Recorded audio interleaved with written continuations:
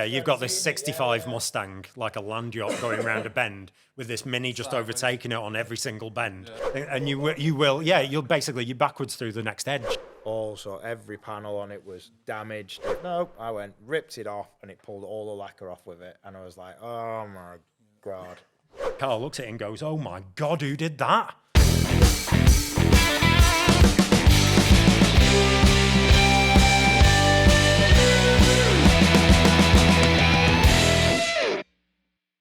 Hi, and welcome to TUP podcast, where we tell stories we should and probably shouldn't. We're joined today by Gareth and Paul from Northwest Stangs, and I'm Henry from HD Wraps. I'm Tim from Leyland Car Care, My Prestige Plates and Carspunk, and today our sponsor is Unique Scents. And to get your hands on 3 of these for free, keep an eye out for Gareth's question at the end of this video. So, who should we start with, Paul or Gareth? I knew he was instantly going to say seniority. Yeah, this is the thing. To be fair, he just wanted to be background. That was all it was. I just come for the coffee. Which I bought. Well, he was supposed to be buying it. Invited you down, offered you coffee, and you've ended up buying it yourself. Huh? Just touch on what we're going to talk about in a little with my autistic side. Probably not a best conversation because I've literally done. What do you call them? Shows on Mustangs and things like that, and I can go all the way from 1964 in April all the way up until modern day. So, just to sort of put it in a nutshell from our point of view, Northwest Stangs, who obviously we represent, is a club that was actually set up by Paul and a number of other people. I know Paul will be able to obviously tell you a little bit more about the origins from that side of things, and it's a club that we're all really passionate about, and it's a vehicle we're all passionate about. Obviously, up until 2015, you couldn't get a Mustang over here. So yeah, there was. I owned one before then, a couple of imports. I know quite a few of our club did. But now it's great. We've got more access to them. The club's just literally gone from the small beginnings of maybe six people in that first sort of couple of days to over 700 members now. We do so many events, all over the place, which is great. Different ones, not just shows, do runs out and everything. Because the idea is we just want to spend time with each other because we're all good friends, and we just want to spend time in our cars because we're passionate about them. We love them. So. Yeah, it's good. So what do you think was the reason that Ford in 2015 went, right, let's put Mustangs over here on this little island? People have been screaming about it for years because you've got to bear in mind, from our point of view, the same market we're in is Australia, and they already used to import a lot of vehicles that we still don't get, things like the F-150 trucks and stuff like that. They officially import them over there because the problem with Australia, they're a lot more strict than we are, and the cars, unless they fall into certain groups, have to be converted from left-hand drive to right-hand drive. So, admittedly, a lot of people, especially with the new ones, and then you've got to pay all your import taxes and everything. Think of how much it costs, thousands of pounds, or in that case, thousands of dollars, to swap it over. Obviously, luckily over here, we don't mind. We can have left-hand drive, and it's never frowned upon. We don't have an issue with it, apart from when you try and go through Mackie D's, thing. Oh no, it's a nightmare. I had one once. My old 197, 2011 car, and the car park at my work was obviously had a pass, so I had a selfie stick with the pass blue tacked onto the end, and you literally had to sort of like lean right over and try and do it, and then obviously you look like an absolute tool. Everyone's looking through. So I think, to be fair, it was a really smart decision by him anyway, because I know, all right, we're not the biggest of markets. Europe can still use the left-hand drives, things like that, but you've got us, Japan, and Australia and New Zealand, obviously, that are all right-hand drive. So realistically, it's quite a big market for them there. And if they do that, I mean, there's still... It was held by the policy of one car, one world as well, where Ford slimmed down the product line so that whatever was available in the States was available everywhere else in the world, rather than having different models in different countries.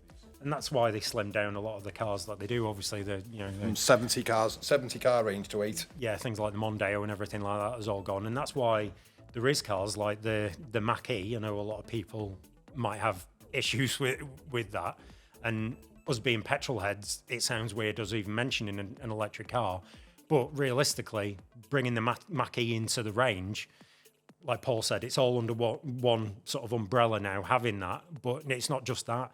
It means all the legislations that are coming through where certain manufacturers have to have X amount of zero emission cars, because the Mustang brand was in its own right, its own brand. It wasn't, just under Ford. I mean, you could go out and look at my car now and you are hard pressed to find more than maybe half a dozen Ford symbols on it, even in the door jambs and things like that. They are very proud of the Mustang as a brand on its own, and bringing something out like the Mach-E essentially does keep that brand alive. Might not be something you'll ever buy or I'll ever buy or anything like that, but it means that I can go out and buy my big stupid V8, and it's still a UK car that I don't have to import. I don't have to pay billions of pounds for the privilege of it or anything like that. And they do sell, though. The Mach-E's do sell. This is the thing, So there is a market definitely for them there, know. I mean, without a doubt, if you put one of them up to its closest rival, a Tesla Model 3, let's say, realistically, all right, Tesla's had the technology for quite a while, but the Mach-E is 10 times a better looking car. It's actually got some design to it. It does actually have a character to it. No, I agree with that. I was going to ask about that, actually, see what your views were. It drives better than a normally aspirated Mustang as well. It does drive better than a normal Mustang, which has to be said. Like, it's a different car, but it does drive better. Yeah, I mean, obviously, it's horses for courses, isn't it? One? Yeah. I think further down the line, when it comes to it, obviously I know we've got 2030, 2035, obviously changes around all that, and then obviously the legislation that they're bringing out where they've got to sell, is it 22% of vehicles have to be electric, and that's going up every year on year. It's going to get to the point where it is going to be harder to get yourself into a V8, but if it's something that you're at least going to be able to tie into something that you're passionate with, like with the Mustang, at least we'd still be able to be in our club. We'd still be able to do our meets. I mean, don't get me wrong. It's going to be it's going to be it's going to be a weird one, not going through tunnels and everyone sort of revving as we go through tunnels. And it's also going to be odd having to plan a stop with the chargers halfway around the route. Instead of doing North Yorkshire, it's like, but we're going to stop at these services just so everyone can for an hour, another 20, 30 miles in the thing. So, it is going to happen one day. I'm not daft. I do understand that. And I think, to be fair, if I do have to go that way, then realistically, the Mach-E is probably one of the better looking cars on the market. And as far as technology goes, it has got some fantastic, kit in there. The new Sync 4, all brand new. Self-driving. Self-driving, actually. The first ones over here that got the certificate to be able to self-drive, even over Tesla. And the thing that actually made us laugh last year when we were at the 59th anniversary at Gaydon, they literally had a fleet of Mach-E's all there, so you could go and have a poke around them. And then in the frunk or fruit, it's a fridge over here. It literally had it all there with just buckets of ice and loads of cans, so you could just go up and take a can of Coke and everything out of. And when you sort of sit there and go, you know what? That'd be a brilliant car to go out on a picnic with, wouldn't it? Just something daft like that. It's a great family car. I mean, don't get me wrong. My kid now, I say my little kid, 14 years old now, he can't actually fit in the back of my Mustang.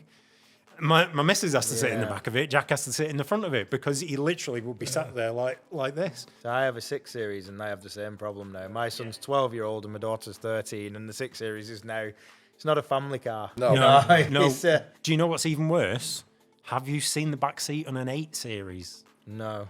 It's worse than a 6 Series. Is it? Honestly. I think I have, actually. We just had an 8 Series in, so I should have noticed that. But they're what they call life cycle cars. You either get one right in the beginning when you've got no kids, or right at the end when your kids have... That's what it is. They're called life cycle cars, GTs. Decided not to do that and get it right in the middle. I mean, you can argue that the Mustang is the same sort of... It is. It's a life cycle car. Yeah. Either right at the beginning or right at the end. But...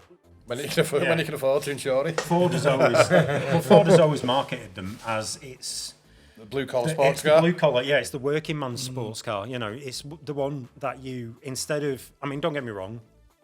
If I won the lottery this week, I would still have a Mustang, but you know, for a fact, I'd have an Aston Martin, and you know, I'd more than likely have a Bentley in there somewhere, and Lambo, and you know, there are dream cars, but the Mustang has always been an attainable dream car. So for me, I don't know. I mean, for me, Mustangs, they hold something that those others, things like Aston Martin, and I'm not comparing the car like for that, obviously, but they have something about them that they don't have.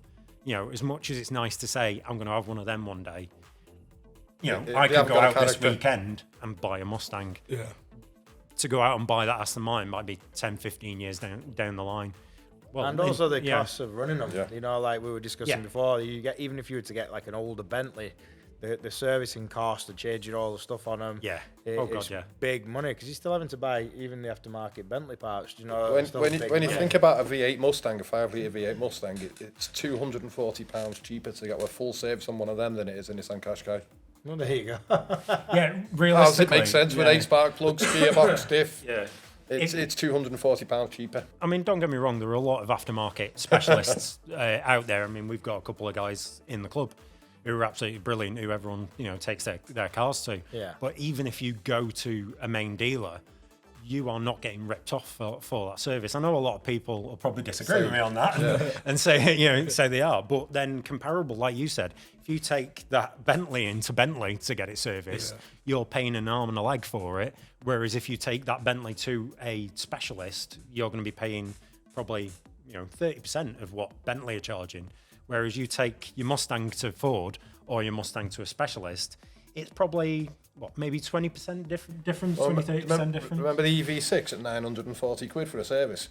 Oh, God, the Kia. Yeah. Electric EV6 Kia, 940 quid. A Mustang through Ford for 490 or 500 quid. Yeah, well, that's for the big service. For the big service, well. Yeah. An electric car has less components. Yeah. Would you say the Nissan GTR is like a good comparison to the Mustang? Yeah. Oh, I mean, what, you're talking about space in the back again? Where it is in the life cycle. Space in the back, without a doubt. Yeah, you know, you cannot get anything in the back of them type things. of car where it's Ford and it's Nissan, do you know, and they've brought out these two wonderful cars. I think the problem with that is, don't get me wrong, the Nissan GTR, again, that's another one of my dream cars. Always have loved them. I'd go back to, you know, some of the Hakasukas, you know, the original ones. Yeah. Yeah, Absolutely love Skylines are awesome. Absolutely love every generation of them, especially the R34. Obviously, I know that's everyone's, pretty much every car guy's dream car because of, you know, Brian in Fast and the Furious and everything. But the thing with the modern GTR, it is one of the most technologically advanced cars on the road, and it will run rings round a Mustang. Even a comparable supercar. It will run rings round. But yeah, when they put it in the GT series and was winning, Yeah. and they were against these Lamborghinis and Ferraris weren't liking it, and the Porsches especially. Yeah. And the Nissan GTR was in there, the Nismo team. That goes back to the history of it. That's why it got the name Godzilla. Because of the R32, that was the first one that got that nickname, and it ended up being banned from the series because it was just absolutely decimating, you know, all the Australia, because it usually raced over towards Australia and everything, and it was just decimating all the Fords and the Holdens and everything. They just couldn't do anything against them. Yeah. So they ended up getting banned, and they carried that tradition on up until, like you said, the modern one. And don't get me wrong, again, it would be a dream car that would go in a dream car garage, but I don't think you can compare it, because you've got to pay that price, unfortunately, for the technology, for the advancements that Nissan made with that amazing car.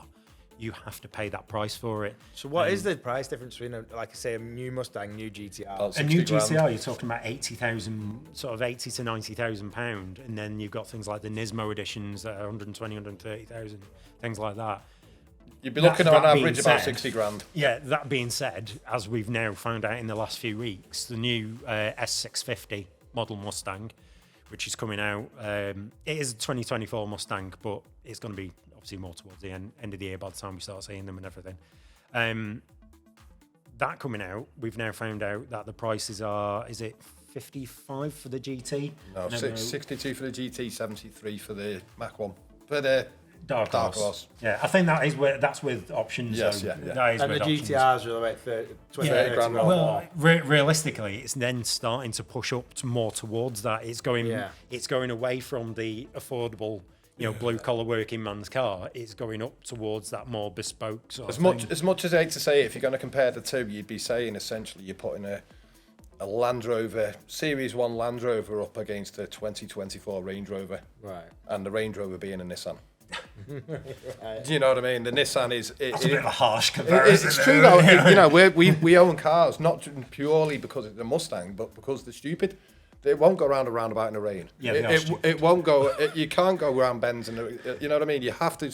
You have to learn straight away who's in charge in a Mustang. Yeah. Where it's completely unforgiving. Whereas a GTR is far better. It's far better. You can make the mistake and the car will save you. Yeah. You know, it's completely separate. Is the Mustang in the GT series? No. Yeah, it is. Is it? Yeah, it is now. Ford Performance aren't in it though, are they? Are they here? Yeah. Not in the UK. No, not over here. Only but in the States. Yeah, in America. Because Ford Performance do the team over there. Because what's his name? Malcolm in the Middle. What's he called? I can't think of what he was called. Oh, I don't The know. lad who played Malcolm in the Middle. Yeah. He went on to be a race driver, and he now drives for Ford. He drives the Mustangs for Ford. Right.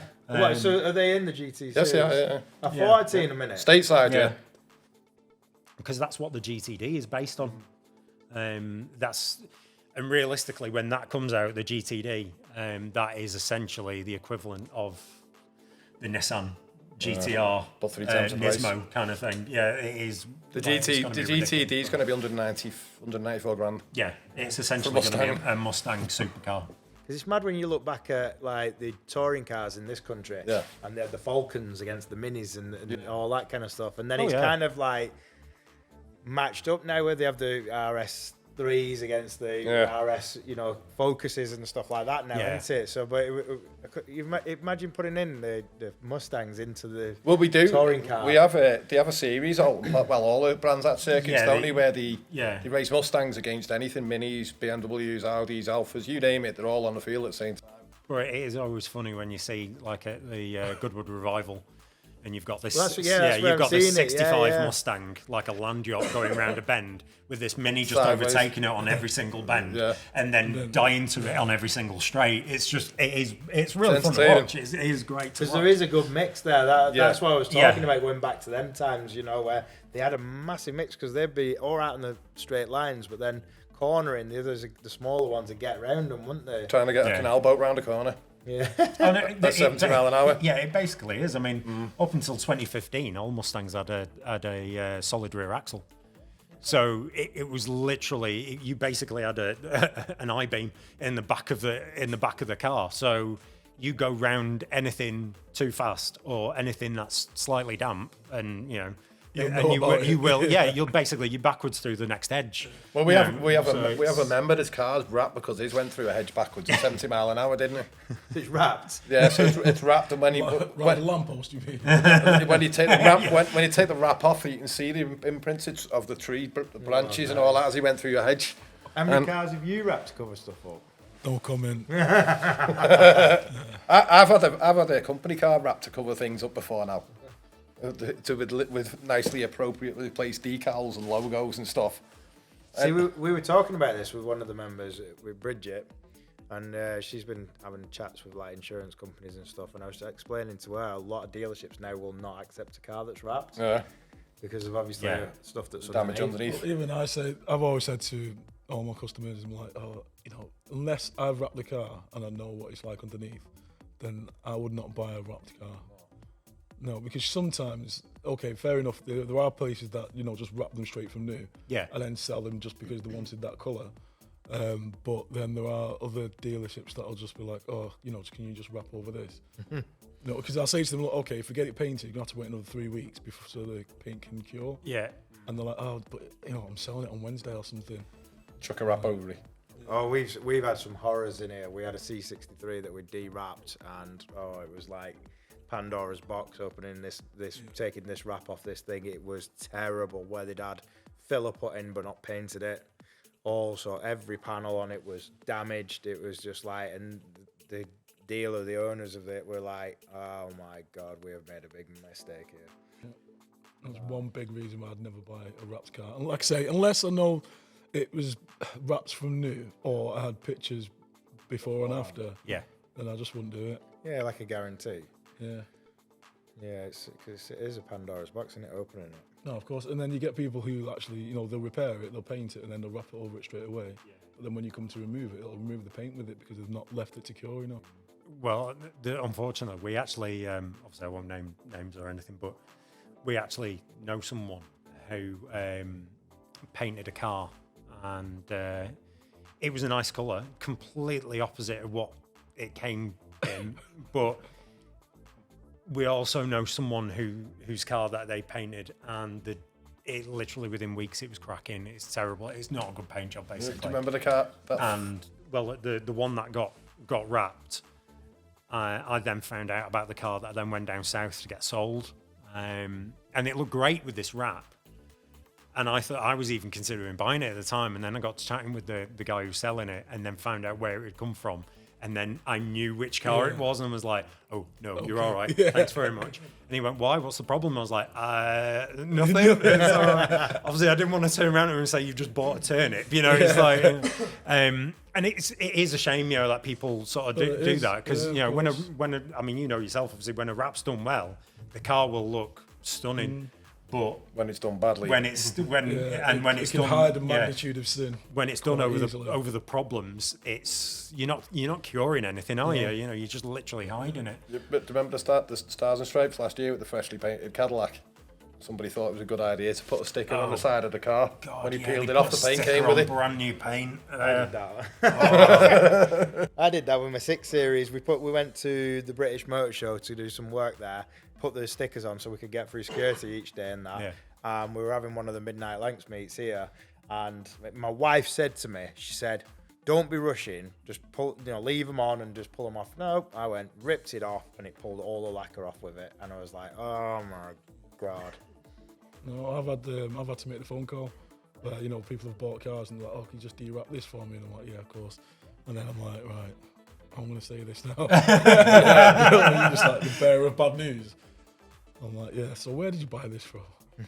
Not so long ago, I was running a garage in Warrington. Remember the lady brings a car in for her work, and halfway through the day, one of the technicians comes in. He goes, "Paul, I've got a bit of a problem." Okay, what is it like? Expect him to say, "Oh, we'll block the toilet" or something. He says, "Well, that brand new car we have on the ramp, I've just lifted it up by the door." Oh. And I went out, and to be fair, he'd done a good job of making the car into a gull-wing car. And then the customer turned up, the area manager turned up and said, "Well, it's not that bad, we can knock it out in about an hour." The door was like that. Remember? Yeah. World War 3. I mean, to be fair, it's not even just garages like that. One of the Mustangs I had, and again, I will not mention the garage, but I will say it was a Ford garage, and it was a Bullet, so obviously special edition. Put all the deposit down, not a problem, and spoke to them and said, "Look, the bonnet was slightly off." Now, one thing Paul will obviously agree with me on: not one Mustang comes out of the factory with panel gaps being straight. It's just a thing by Ford. It is just the way we are, you know, they are, and there's nothing wrong with them. It's just that if you want them perfect, you've got to do them yourself, or take them to a decent. That's when you become suspicious of a Mustang's history. If it looks too good, straight, there's something wrong with it. It's had a crash. It's gone through that. It's gone through that edge backwards. So it's been wrapped. Yeah, I said to them, "Look, the bonnet is just it's lifted on one side. Can you do me a favour? Can you just adjust the bonnet before I pick it up?" Not a problem. About a week later, we went to pick it up, and they gave me the keys. There you go, because I've got a camera I want to put in it and everything. Brilliant. I'll go out. Nancy's doing all the paperwork. I walk out to it, walk straight round to the bonnet, took one look at it, walked straight back in, and said, "And this is you will have to bleep this one because I have to swear with this bit." I went straight back in and said, "You can fucking keep that because I'm not having it with what you've done." And they were like, "Oh, why are we talking about?" So as it turns out, when we dug into it, their body guy, instead of undoing the 4 bolts, and that's it, 4 bolts to adjust the bonnet on a Mustang, he decided to bend the corner No way. to blend it in with the wing. are So he literally joking. bent it, but it literally, when you You can look see at it it, from a mile the away, whole couldn't you? thing, the whole corner of the bonnet was like that. It was like rippled through the whole thing. Who thinks to do that though? Yeah. Well, the worst thing is, the boss came out, and I was livid about this at this point. And the boss came out and said, I can't see it. And I was like, look, I'm not taking it until you sort Typical this out. dealership talk. Yeah. So he said, well, we've got our bodywork guys, the ones who do the actual bodywork. He said, we've got our bodywork guys that can take a look at it. But it's to and fro because they wanted to take it up without me. And I was like, no, I want to be there for this conversation. Anyway, long story short, they came down to have a look at it. I'm stood there with the boss, who's still adamant that he can't see anything wrong with this bonnet. The body shop guy walks in front of the car, looks at it and goes, oh my God, who did that? Within a split second of seeing it. And no one had told him what was wrong with it. And the boss just suddenly, he was like, oh my God, like this. As it turned out, because I actually took it to a guy I know who I trusted to do it. He said there was no way of doing it without respraying the entire bonnet, obviously, because they've got to straighten the whole bonnet. And there's going to be a little bit of filler and blend it all in, all this sort of stuff. It ended up costing the garage £2,000 for their dent guy's mistake on thinking that he could just straighten the bonnet by doing that. Wow. So I know exactly what you say. If they'd have chucked a wrap over that, I might not have seen Yeah. that. It would have been the first thing that you've seen. It would have taken the attention away. Yeah, it would have hidden it to an extent. I mean, I know Deep Island green's a really bad colour to see a dent in anyway, isn't it? It is. It's one of the most gorgeous colours on a Mustang, but to see like little imperfections in it, it's actually really difficult. I mean, if you get a gloss black Mustang, you can see a mile away if there's anything on it, because they are a pain in the arse. I've had 3 of them, and they're beautiful, but they're a pain in the arse. You're saying it's the Bullet.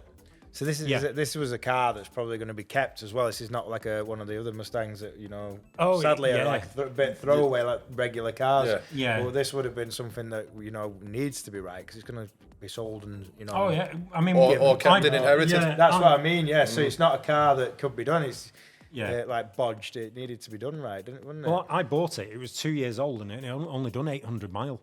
And the old fella who'd owned it, bought it brand new. Unfortunately, he'd passed away, and his widow sold it back to Ford.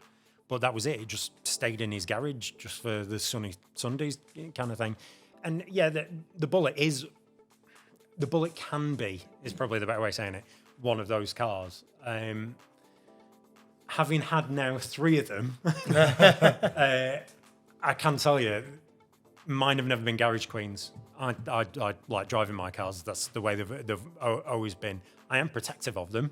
I am really protective of them. I will enjoy them as well. Yeah, I'm that guy who parks at the opposite end of the car park and walks the 40 miles to the shop just because I don't want anyone parking near me. And then you always come back and there's some scruffy little Fiesta parked half an inch away. All this space and she's right there. Yeah, but no, I totally agree. There are specific Mustangs that, I mean, we know, and there's nothing against the people who do it. That is, that's their choice. And realistically, it'd be great in 10, 20 years' time when their car comes out of the garage pristine and they say, I've got this pristine example and it's worth X amount. And that's brilliant. But for me, a big part of owning the Mustang is the drive, is the fun that we have in them.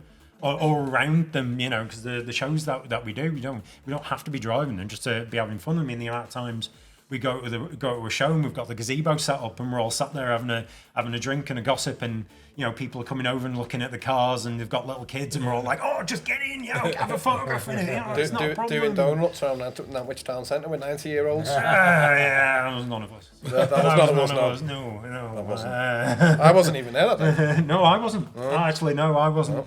No, I was at home. And it might even be true that 1 or 2 died in very quick succession after that day.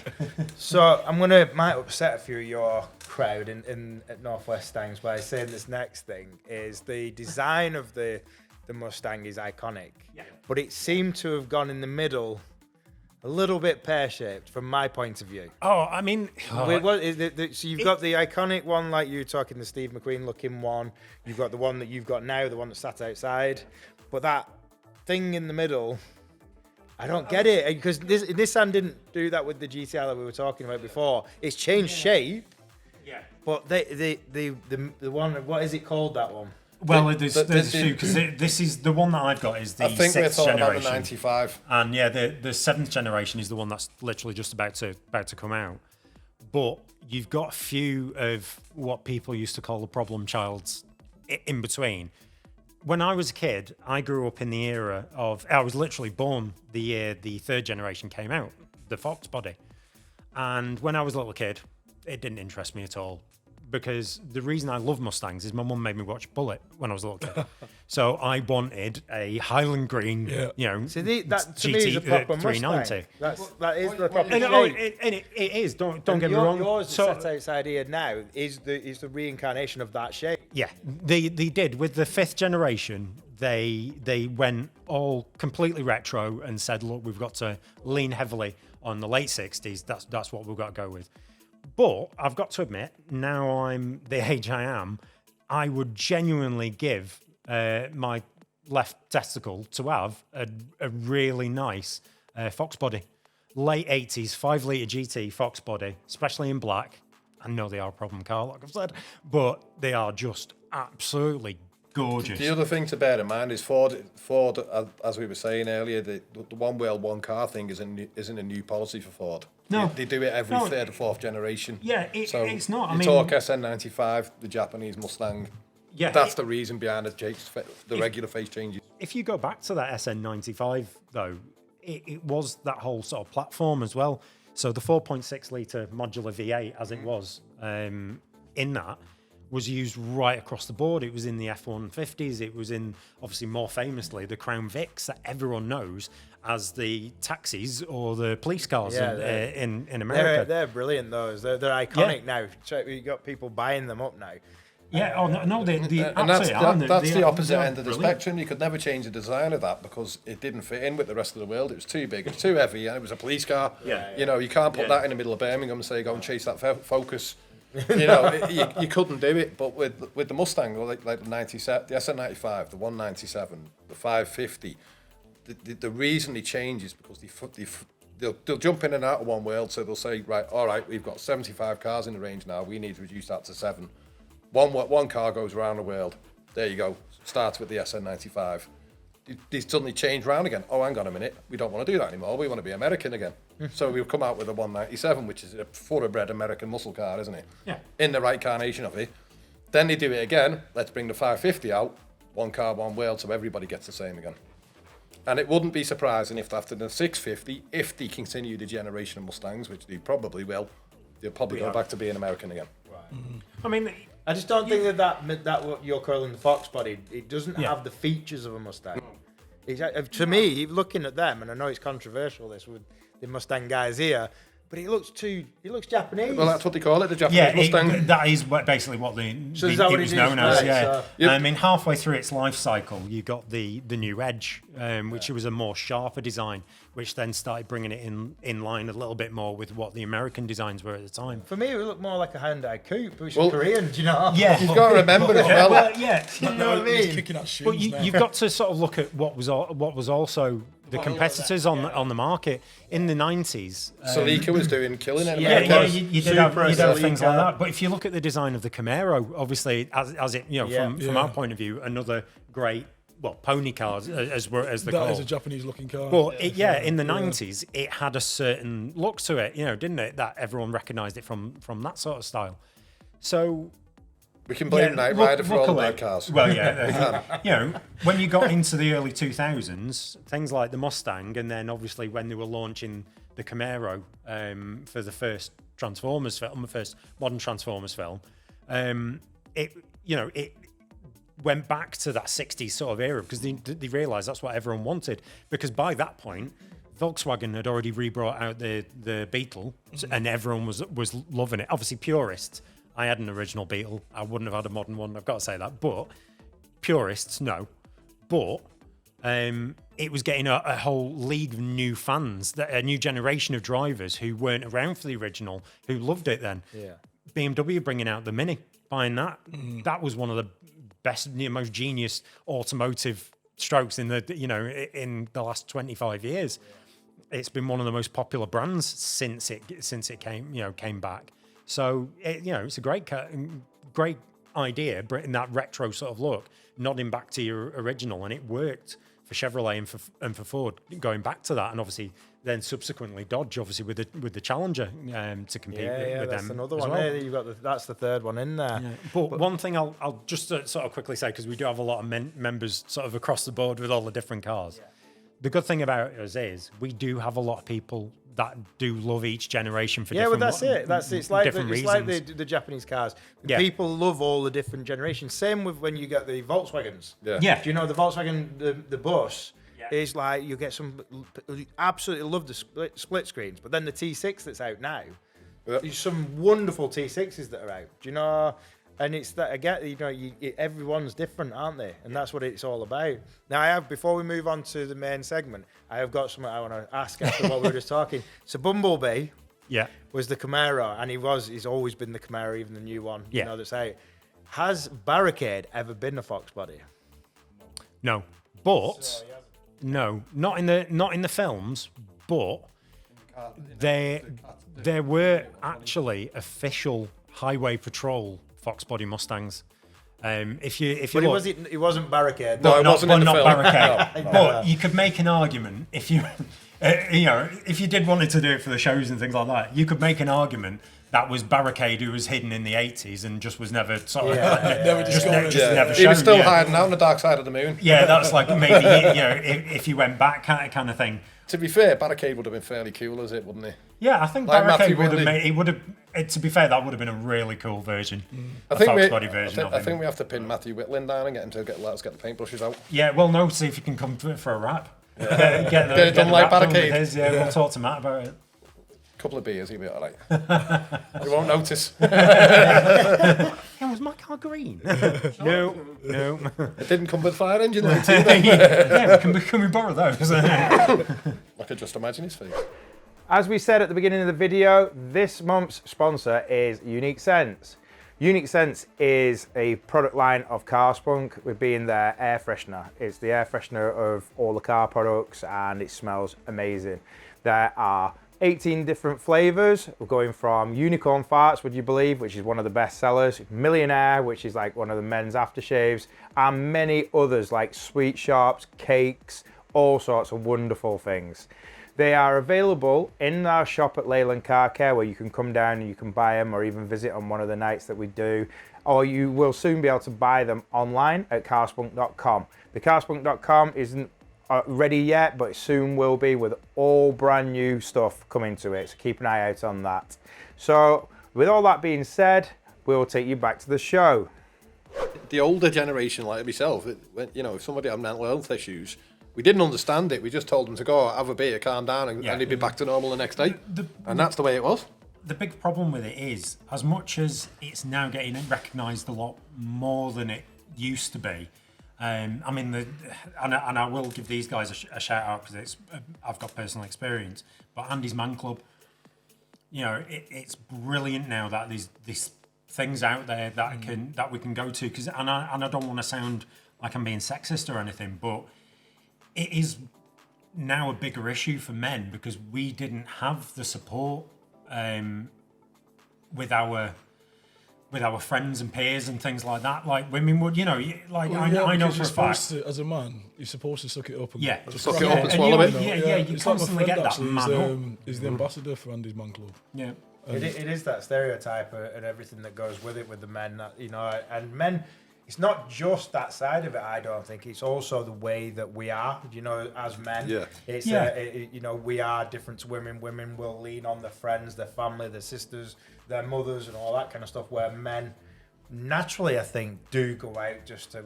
It will be all right. I will sort it. It is one of them things. I'll get over it. Like even just going to the doctors and stuff like that. Yeah, I mean, the problem is though. I totally agree with what you're saying, but I know, I am quite open about everything. I don't mind being honest about everything. If my experience can help someone else, then that's brilliant. But I know I got to a point, not even 2 years ago, where I was literally the lowest I'd ever been, and my exact words to my wife were, I don't want to be here anymore. That's it. I just couldn't deal with anything anymore. As it turns out, there's a lot more to it, which I'll go into. I can explain and everything. But at that point, you do literally just sort of sit there and go, well, where the hell do I go? What am I supposed to say? Who do I talk to? I've got to admit, I'm in a great position. I've got a doctor who's brilliant. Shout out, I don't know if he watches it, but shout out to Dr. Sinner. He is a petrol head, so you never know. He's an absolute brilliant guy, and he's been with me since day one of it, helping me through everything, whether that was through medication or obviously going through counselling and things like that. I've got to admit, unfortunately, I don't take well to medication. I'm not, I don't like to take medication anyway, but I actually react badly to them anyway. So we had to find other ways of sort of getting around things. Andy's Man Club was one of those things. When I finally got up, again, had to get up the nerve to go. Yeah. And I know I'm not the only person to sort of say this. Literally, you go down, you know where it is. You go down and literally sit in the car for about 20 minutes going, yeah, I'm going to go in. I'm going to go in. Yeah, I'm going to go in. And then you just start the car up and drive off again. And you're like, just getting through the doorway is a big thing. And I've got to admit, I haven't been as often as I would like to, because I know that, I can big myself. I can sit there and go, all right, it's Wednesday now. I can plan Monday night. And then it'll come to Monday and I'll just sort of sit there and go, yeah, you make an excuse. Yeah. Oh, I'm not feeling too well today. Or, oh no, the dogs haven't been out for a walk yet. Yeah. And it's making an excuse. It is making an excuse. That is probably the best way of putting it. And I know this because I've been through it myself. I went through about 2 years ago. Went through it all, got put on the citalopram by the doctor, all that kind of stuff. I went through it all. I unfortunately had a couple of friends who are not here with us now, because they had committed suicide and it all went wrong for them.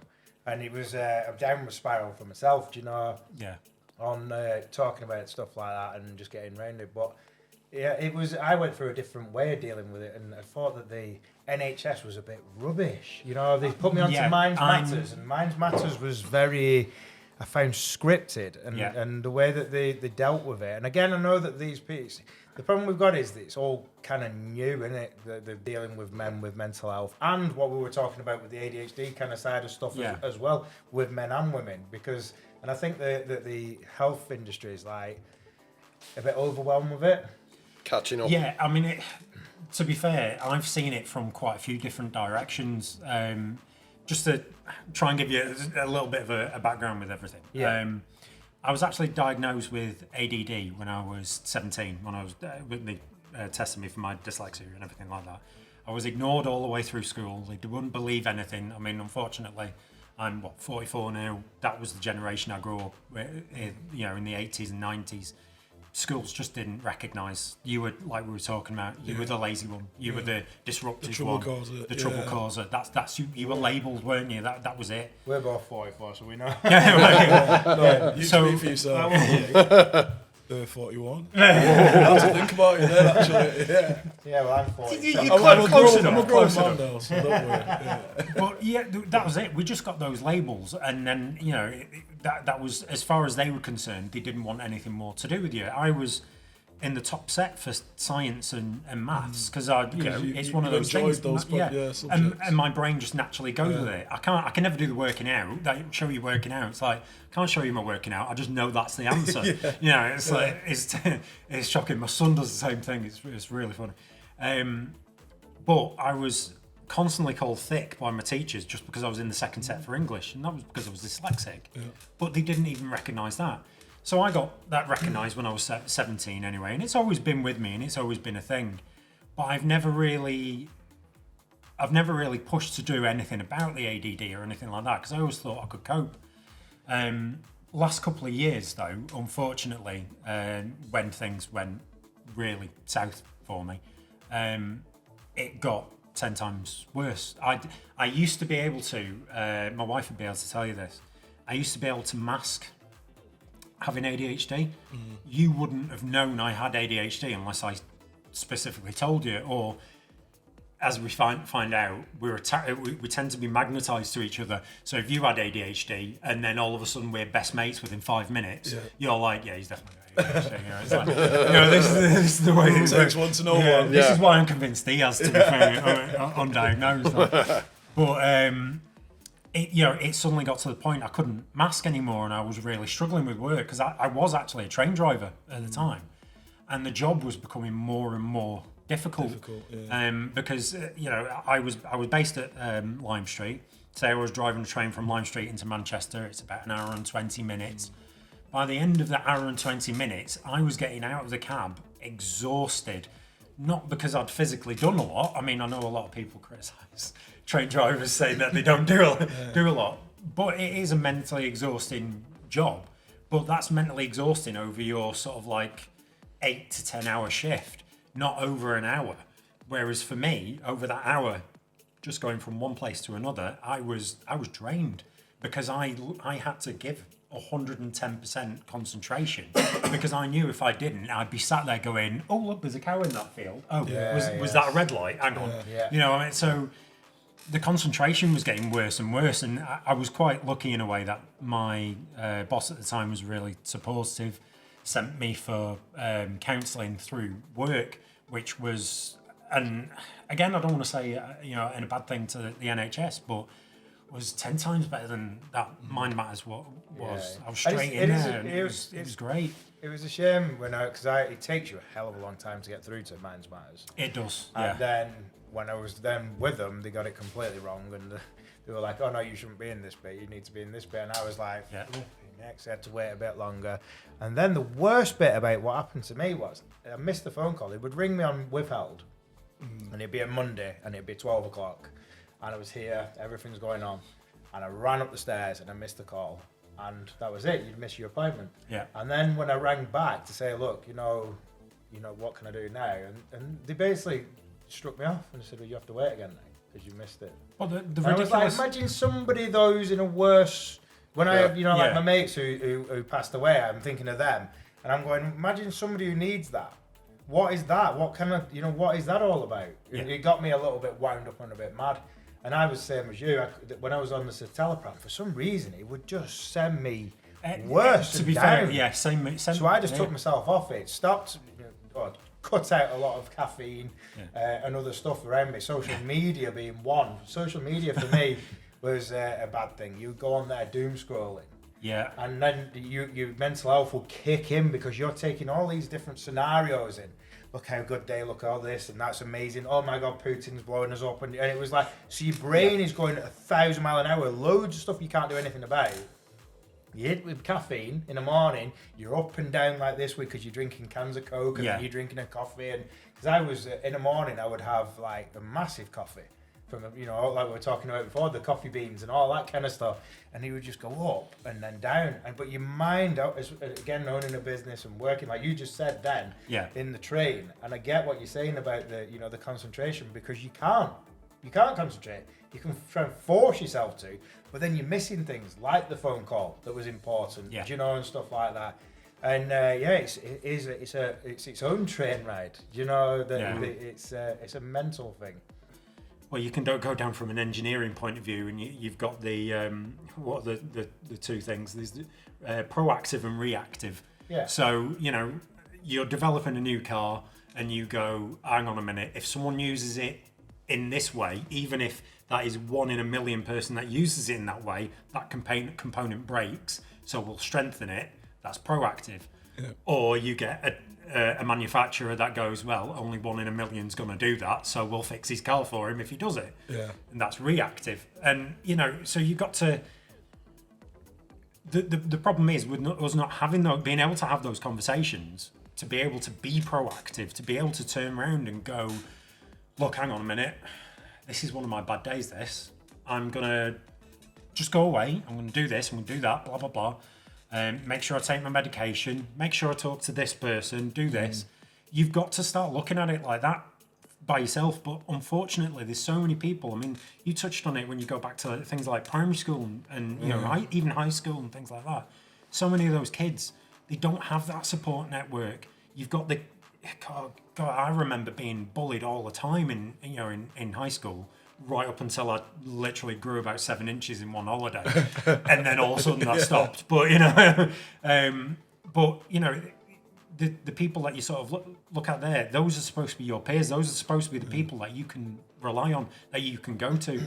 And the unfortunate thing is, and I hope I don't offend anyone by saying this, but because I have met some fantastic people being on the railway for the last 10 years, but I have also met a lot of closed-minded people that unfortunately treat the railway as if it was the railway from 40 years ago.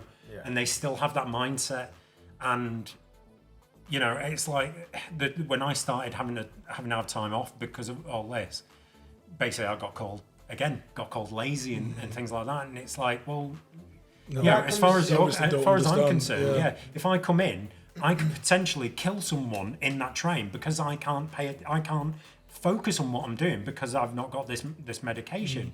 So I'm actually not just protecting myself. In my mind, I'm protecting hundreds potentially of other people. A lot of the opinions like that, and again it comes to all the different things we've just discussed, is down to lack of education on it, lack of people's knowledge. Some people sail through life and they'll have a rhetoric that around them of people in a certain mindset, whether it's racism or mental health or whatever like that. They surround themselves in these environments, and you're always going to get that, unfortunately.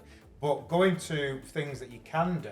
What was the place you were calling? Andy's Man Club. Yes. They well, I was going to say they were great. They are great. And to be fair, it's great every week. Pretty much, you see a post pop up on Facebook saying they've opened a new one. I'm lucky. Obviously, I've got one literally about 4 miles away from my house. What is it? And the guys are great. Well, what's the best way of describing it? It's women's voluntary service for men.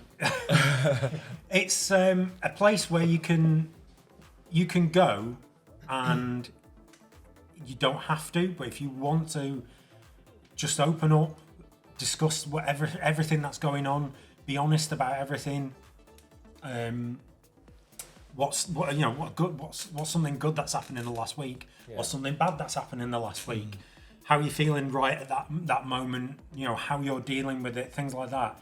It gives you a bit of an audience, but you don't have to talk. You don't have to say anything. You can sit there and listen to everyone. You don't have to take part. That's the beauty about it, isn't it, as well? Because I think sometimes just listening to others, it's sad, but it's true as well. Sometimes listening to others and thinking, what, they are going through some serious shit. It makes you realise it's that old cliche of saying that. Gratitude for your life is where it is, even though it might not be in the greatest place. Listening to other people going through bad times, it's sad to say, sometimes does make you feel a lot better from where you are. Yeah, I mean, it's like you said it exactly right then.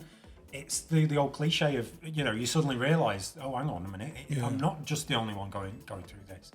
I mean, I've got to admit, I have struggled with my mental health quite a few times over the last 20 odd years, to be fair, not just sort of now. I struggled a lot in high school, obviously, touching back on what, was said a few minutes ago. But a friend of mine actually killed himself, unfortunately, on my 22nd birthday. And it took probably 15 years for me to start celebrating my birthday again on my birthday. And around that, to be fair, it was, there you go, when I was about 34, when I went on the railway. And it was starting on the railway actually helped me get through that. So we all have our own problems, we all have our own issues. Everyone is completely different. And the problem is, people like that mind matters seem to, like you said before, they seem to read off a script. It's exactly how I. Yeah. And I'm not slagging her off or anything, or slagging the service off, and it probably does help people. Yeah. But I found it personally with what I was going through and everything like that. It just seemed very regimented or generic. There's a lack of understanding of what you were trying to say or do or anything. It was very. I don't know even to explain. Do you feel like they're not ready to intervene until you're at a crucial point? It was very much like they were being very careful around what they were saying, because obviously you're there and you're vulnerable and all the rest of it. But there was a lot of like cliche style kind of things said and all that, rather than you going, actually, right, this is how I feel. this is what I need to get off my, chest. This is what's happened. This is my environment. This is what's happened from a young age. This is what's happened now. It was kind of like a questionnaire that would just fit anyone. Yeah. That's how it felt. It was just like, it wasn't tailored. And I think this is the big thing with mental health is it is so big. Where maybe Minds Matters and that, they haven't, it's that big. They don't know how to deal with it. Even the ones like, other ones, we're obviously talking about Minds Matters here. There's loads of other ones out there, and it's like, it's so big, and every single person with mental health problems is different. Yeah. It's a different upbringing. It's a different, maybe your condition that they've got. It's a different things that have happened, different traumas, You could be trauma from work, could be trauma from family, could be trauma from school, and all these different traumas that happen within people's lives. Then they're the things that they're the ones that react from the, like you were saying, for the bullying at school and all sorts of things that different people go through. And like I say, it's such a hard thing, I think. And this is obviously, like I was saying about Minds Matter, it's not me slagging them off. It was me saying, like, the government just seemed to me not to understand it. They've kind of gone, let's put that there and hopefully it works. Yeah, it's a generic service. Yeah.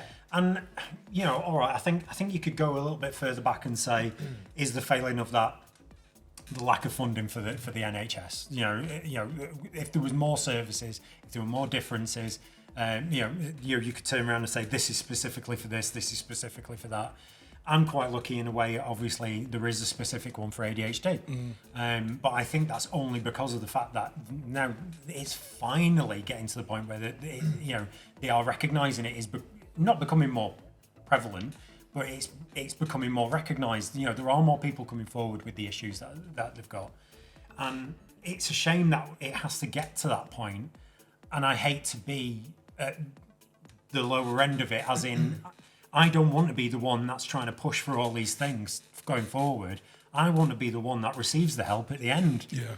But those people who are going to receive that help at the end, if someone like myself doesn't vocalize these things, that's why I don't mind talking about my mental health. I don't mind saying about, look, it was the darkest part of my year. I didn't want to be here. I didn't, etc., etc. I don't mind talking about all that stuff, because if it goes further down, if someone turns around, like me with Andy's Man Club, if someone sits there and goes, watching this and says, wow, I'm not the only one who goes through that. Brilliant, then great. I don't mind being that helping hand. But I just hope that someone is listening at the end of it. Yeah. Someone that can do something is listening at the end of it. Yeah. So going now, we're going to try and finish on a bit more of an up. With all the stuff that we've talked about, how does the car clubs and the car outside and the other cars that you've had help with everything? Oh, well, that's quite a difficult one with me, because I've got to admit, cars have been the cause of some of my dark days. I mean, anyone who's a big enough petrol head who's been, going through cars like I don't know what for years, the same as me, will know, you are going to have the bad ones. Unfortunately, the last few years, I seem to have picked quite a few of the bad ones. Oh, yeah. If it's not cars, it's women. Luckily, 11 years ago, my wife, we found each other, and I'm happy with that part of my life. Got the cars. It's fantastic. My son is fantastic. It's the cars that are a pain in the arse for me. It's like, no, but in all fairness, my biggest way of letting off steam, the biggest way of me being able to clear my head was always either going for a drive or going for a ride on my motorbike. Yeah. The motorbike hits very differently to the cars, because from a car point of view, from a bike point of view, I am, without even having to consciously concentrate, I do concentrate, because your life is at stake, essentially. You are going around, you're on a little bit, you're basically riding a combustible, bomb. You've got, you do have to stop. You don't want to be an idiot. You want to ride within your means, all that sort of stuff. Not obviously that isn't the place for that sort of stuff. But at the end of the day, you do want to concentrate, because other people are idiots on the road. You're driving for everyone else. So it clears my head because I can't think of anything else. And it's great, that's brilliant. And then you get out into the countryside and it's like everything's in HD because you've got no window in front of you. You know, I'll lift my visor up and I've got this fresh air coming in and it's great. You're seeing the mountains in Wales, so I love going to North Wales and everything. So it's brilliant. The car hits in a different way because the car for me especially, I mean with Mustangs, getting into Mustangs, my mum getting me into Bullet, there's a big thing for me is every time I get in the Mustang it reminds me of my mum. My mum died quite a few years ago now, and I used to take her out in my first Mustang. You know, she absolutely loved it. I had a 1966 V8 and it was gorgeous little thing. So he's going sideways with his mother in the car. Yeah. Well, the thing is, to be fair, she was as bad as I was. She was a petrol head, so it is good. It's quite funny, but obviously my dad's a petrol head as well. In all fairness, so it brings back a lot of really good memories when I get in. I know she would have loved that car. So no matter how many Mustangs I had, that's 11. No matter how many Mustangs I've had, it always reminds me of my mum. Yeah. So there's that side of things. But then a few years ago, obviously, I used to go to different meets. You know, the odd one here and there for different sort of car clubs. You know, there'd be the odd little things. But I'd say they've come on, in this country anyway, they've come on more and more in the last few years. It's brilliant, the explosion of all these different car clubs, obviously, like Midnight Lancs and everything. So it's been great, but I was in quite a few Mustang clubs, which is great. You can chat with people, get a bit of info, that sort of thing. And Paul and the guys set up Northwest Stangs, and I think I joined on day 6, didn't I? Was in 6, yeah. Literally within the first week. Member 17. And, so is that what it is? Member 17. Yeah. I checked because I knew he'd come up this morning. My life changed. Yeah, quite. Yeah. For the worst. He just remembers the moment. I should have that as a badge though. Member 17 is like prisoner or something like that. What really annoyed him is his missus was the first one. She was number 15. Yeah. So we, finding these guys was great because obviously it's a local club, but they've all got that shared interest. So all of a sudden it was like, oh, you know what? We're all going out for a brew here, or we're going to meet up at this pub here, or we're going to go out for a drive there, or tell you what, there's Stars and Stripes. Why don't we all meet up and we can get together on the field kind of thing? And before then, in my first Mustang back, 13, 14 years ago, whenever that was, I would literally be on my own at Stars and Stripes. I'd get a bit of interest in everything, but you sort of sat there kind of. When there's 130 of them in a row, it's a different thing. Like it's brilliant. You get an absolutely amazing feeling. And Alton Park, first time we did that, the US Auto Show at Alton Park, not last year, the year before. That was fantastic. We had an absolutely amazing turnout, and unfortunately, because of some bad luck, I didn't have the Mustang at the time. But I was the support vehicle for the weekend with the Land Rover, so I had all the flags in it and everything like that. And because I do all my photography as well, I was doing all the photography of everyone on track. So it was great. I was still massively involved with the club, even though I didn't at that point have the car. But it was because of that I keep on coming back. Not just my love of Mustangs, obviously, but it's because of these guys that I keep on coming back to that car specifically, because. It's a family. It is a family. Yeah. There's everything around it. It's not just the car for me. It's not just the sound. It's not just the way it makes me feel when I drive it. It's not just the fact that it puts a smile on my little lad's face. This is going back to what you said about your mum, and I've always said this. There's certain cars that have like that. They're alive. They've got that thing. I have my Peugeot 306, which is outside. That was my first car when I passed my test. I ended up buying it back. It's had like all them memories from when I first passed my test, and I'm venturing out for the first time. Yep. And I only just watched the Jeremy Clarkson with a guy called Harry's Garage. Yeah. And they were talking about the Range Rovers. They both have the same Range Rover, the older, the old one that he uses on the farm. Yeah. And he was saying he's had all the new ones, but that one, he gives him the memories. That's the reason why he's had it 17 years, and he won't get rid of it. It's never going to be for sale. It will die on the farm, And he was just talking about it, and I was like, I've always said that cars will have certain things. They're not just a piece of metal. Don't get me wrong, there's loads of them that are. They come through here, and I would never have any memories with them, apart from bad ones. But it's a mad thing again when it like kind of has something, doesn't it, with a car? And the other thing is with a car, you you can set up as many social clubs as you want. You can go to bingo, you can go to a night, you can do whatever the fuck you want. But a car brings people together quicker than anything else on earth. Yeah, when you think like we went literally and figuratively. North Mustangs went from having 2 friends to 700 in 3 years. Yeah. You know, when you think about that, like that, not even 7 years. Yeah. none of us had TVs, obviously. You know what I mean? Like, but it, you know, not in 3 years we went from 700 a strong family, haven't we? Like, you know, and from a club point of view. The amount of people that we see with mental health, and not only from the members, but the support as well. Like we do PTSD, which is a couple of famous coppers. But then, you know, you look at that. I mean, I'm wearing the jumper today because it is one of the comfiest hoodies I've ever bought, I will say that. But the motorists where PTSD usually takes place, the event, it's great. You know, they do car meets, they do bike meets. I've been up there on both.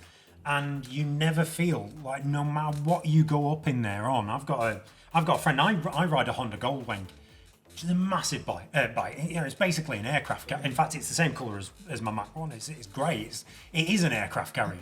And he's got 3 bikes. Well, one of them is a monkey bike. Right. And we actually did the Leyland the parade last year. He was the guy that was on the monkey bike with the clown suit. Not one of my finest ideas, that was it? No, he loved it. It was brilliant.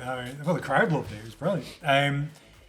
But the thing is, you know, we can go to a bike night wherever it is, Barton Airport, Motorist, wherever it is, and you don't feel like you're getting pushed out anywhere. You don't feel like you don't fit in, no matter what you've got, because people welcome you. You're part of the world, and the thing is with the Mustang, you're part of a bigger world. You're not just a Mustang owner. You're obviously a petrol head. You've not bought that because it's the cheapest commuter car or it's easy to park or, you know, some crap like that. You bought it because you want a Mustang, because you're passionate about that vehicle. So it doesn't matter whether you're passionate about an old 206 GTI or whether you're passionate about a 150 grand Nissan GTR or, you know, Lamborghini Aventador or something like that. I do have to say, I turned up to a Volkswagen event in a Lamborghini Gallardo and was heavily stared at and jeered at. So yeah, that did. It's the same company. I was still going, it's a Volkswagen. Yeah. I remember quite famously coming to a Midnight Lancs here last year, and we were in, is it Tesco by Mix in Leyland? It is Tesco, isn't it? Yeah, Tesco. We're in Tesco in Leyland at the quick checkout, and a young lad come past and he goes, "Hey mate," and we're like, "Hey," and he's like, "You don't recognise me, do you?" I'm like, "No." He said, "I'm the lad in the Micra down at Midnight Lancs on Monday night." And I'm like, "Oh yeah," because he parked right in front of us, didn't he? Blocked us all in. I was like, "You little fuck." It's like you're not leaving. Yeah, and it is like that. I would obviously I don't know everybody who I mix with drives. But that one occasion, like, it's someone who drives a completely different car from me, and you think to yourself, that's a connection you've made, isn't it? And that's what this does. That's what it does. Yeah, that's what they do, and it brings that connection to. It's like the train guys, the aeroplane guys, people into horses. Do you know?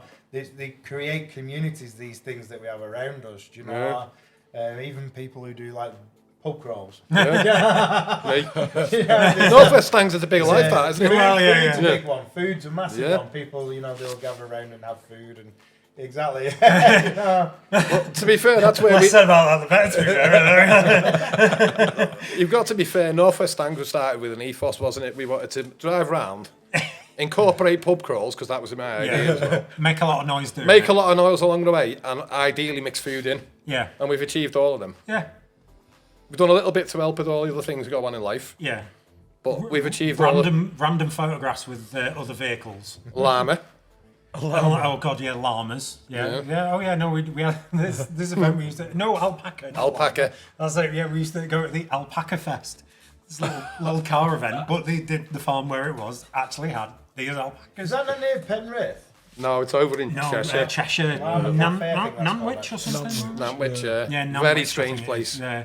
You can hug the alpaca. Yeah. Fuck off, it was fat at me. One of the things that me and Henry's brother, Jerry, or will I not? It looks like will I am, but he's will I am not. And we're working on it, and in the future it's going to come, hopefully, and we're going to get it all sorted. Is a charity called BU. Yeah. We've got the Carspunk brand with the umlaut, which is the known, the branding for it, and BU is going to be the charity for it. So there's things like this that again in the future we can get together again and create, even a car event around the launch of maybe BU. Do you know? Because it is about just being you. That's what I want the charity to be. Help different mental health charities and stuff. I think that's something we'd love to get involved. I think one of the sort of things we like. One of the biggest learning curves from starting and running a club is you don't realise how many clubs will not work together purely because they've all got the same. The problem with the Mustang is the owners. They take the owners out of the equation. We've got no one bought them. It was fine. Well, we said about telling stories we shouldn't. Here we go. So we've got to follow 23,000 Mustangs in the UK. Yeah. So, but not one of these big super clubs get along.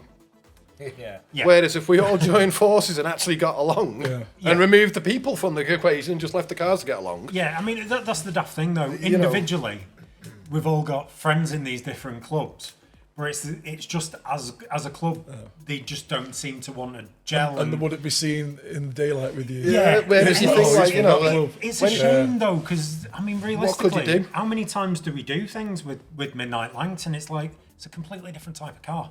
Obviously there are a couple of guys in Midnight Langton with Mustangs, but the majority of Midnight Langton, guys don't have Mustangs. But if we turn up at an event with us, we get welcomed all the time. Yeah. We invite them over to our because we've got our own little clubhouse as well, which is a great place. We've got and ironically attached to a pub. Don't know how that happened. but it's great. So. Working together is the future. Working together, with no matter what people own, no matter what the group is, no matter who are in the club, that is the future. I think that's the key to realistically. But I wish you could tell that to the detailing industry because they're another bunch who just want to battle. It's just like the detailing industry is horrendously toxic. It's the same as my industry. I don't know what the wrapping industry's like. Neither do I. We do. We kind of opt out of all the forums and stuff, don't we? We don't get really involved in it or anything like that. So. I mean, the thing is you've got the competition where the fact that you are all trying to make a living. Yeah. Whereas, I mean, the good point from us is no one starts a club to make money. Fucking hell. God, I wish. You'd be broke with it. I mean, to be fair, I think he's come close to, killing us all off in the amount we cost him half the time. But, it's, Paul and Hillary have been great when they set up the club. And obviously, I know there are other admins and everything that, put in towards things and everything. But I will say, onus is mainly on Paul and Hillary. Absolutely fantastic job that they do. As admins, I like to think that we support them as much as possible, and we contribute as much as possible. With things like trying to organise runs. I'm designing one up in the Lake District this year. Me and Paul have just been down to some guys in North Wales at Chocks Away. We've got a meet there coming up next month and 3 or 4 weeks. I want to discuss with you about North Wales as well, so that's the one. I love North Wales. It's one of my favourite places. I've got a belter from Isha, but she's not going to like me. If it's 20 mile an hour everywhere, the scenery is just beautiful. I think the other thing is when we are talking about the way the club's running, you've got the pressure of one car, one person. I've got the pressure of 700 cars and 1,600 people. Neither of me 24 fucking hours a day. And on top of that, a business as well. And what people don't realise is that we have 13 admins at the moment, isn't it? 12, excluding 13. the two kids. Yeah, because we actually have two. This is quite a novel idea as well. We've got two teen admins, or moderators, because they're not allowed to be admins as such, because they're both teenagers. One's my son, Jack, because obviously I brought him up a petrol head. He's a huge petrol head. And Charlie, one of our members, Paul, his son, Charlie, who's great. He's been organising his own meets and everything for us. And it's brilliant because we get their take on everything. Because admittedly, like we said before, we touched on before, we're not the youngest group. Most of our members are 50s, 60s kind of thing. You need that though, don't you? Yeah. To stay connected with what's going on. Yeah, it's nice having those younger members that get us saying things to actually ground us realistically. If we turn around and go, oh, this is well cool, we'll do this, and they go, don't do that. Well, you see, this is where it comes back to the admin support side, doesn't it? I'll ring them up at like 2 o'clock in the morning and say, I've got a fucking great idea. We're all going to drive to the 4th and 5th and park on an aircraft carrier. I've rung the RAF and they're all good with it. And he'll go, that's a stupid idea, we're not doing that. Usually when we're having tea and we're sat there and the second my phone goes off and Nancy's going, is that Murphy? Do you remember the helicopter? 1:30 in the morning. Yeah. Oh my God, yeah. So I was lying in bed and I'm thinking, because we like to do a surprise event every year that nobody's got a clue of it, and they've got to sign up and take the chance. Can I just? They're not going to like this story with the fact that the problem with me is he knows because of my ADHD. I literally am up most of the night, most of the time. So I'm the muppet who gets the phone call at stupid o'clock. To be fair, you didn't get the first one though. The helicopter guy got the first one. Oh yeah, no, the helicopter guy got the first one. You answer it. Yeah. Yeah, I suppose that's my answer. Yeah. But he's like, it's got to be important. I need to answer it. So I'm lying there and I thought, what are we going to do for a surprise event? We'll go to an attack helicopter. And luckily I know someone who owns one. So I rings him up and he goes, Paul, what do you want at this time of the morning? And I'm like, well, I need to borrow your helicopter. So anyway, 3 hours later, he gets finished with the haul, rings him up, guess where we're going? We're going to go and park next to this attack helicopter in Blackpool. And he's like, fucking... But other ideas, to be fair, they do shoot me down quite regularly. Oh yeah, no, there are some that we just have to go, no, Paul, no, God's sake. Yeah, we're not doing that. No. So last month we opened a giveaway for a car illustration, and we've now picked a winner on the whole thing. Did you just randomly roll it? Yeah. And if I can get this right, I'm gonna have to read it off the phone. It is Sohan Rathod 5871. So well done to you. You've won an illustration. So this month's giveaway, we're going to be giving away a packet of the Unique Scents, which is 3 Unique Scents, 100 mils, different flavours. You can pick them, go onto the website and have a look at which flavours there are, and go from there. So Gareth, what is the question for this month to win the Unique Scents pack? I think people need to think back. We've definitely mentioned it in the video. What is the name of the club that I found, and a number of other people obviously have found massively helpful for my mental health? So it's a little hint. It's a guy's name, Man Club. Yeah. What is the name? Perfect. Thank you very much. So to win, you have to answer Gareth's brilliant question and just like and subscribe to our channel, like all our social medias, and we will pick a winner at random and it will be there on the next podcast. Well, Gareth and Paul, thank you for joining us. It's been a massive eye-opener as well. Very informative. Do you want to give us your socials?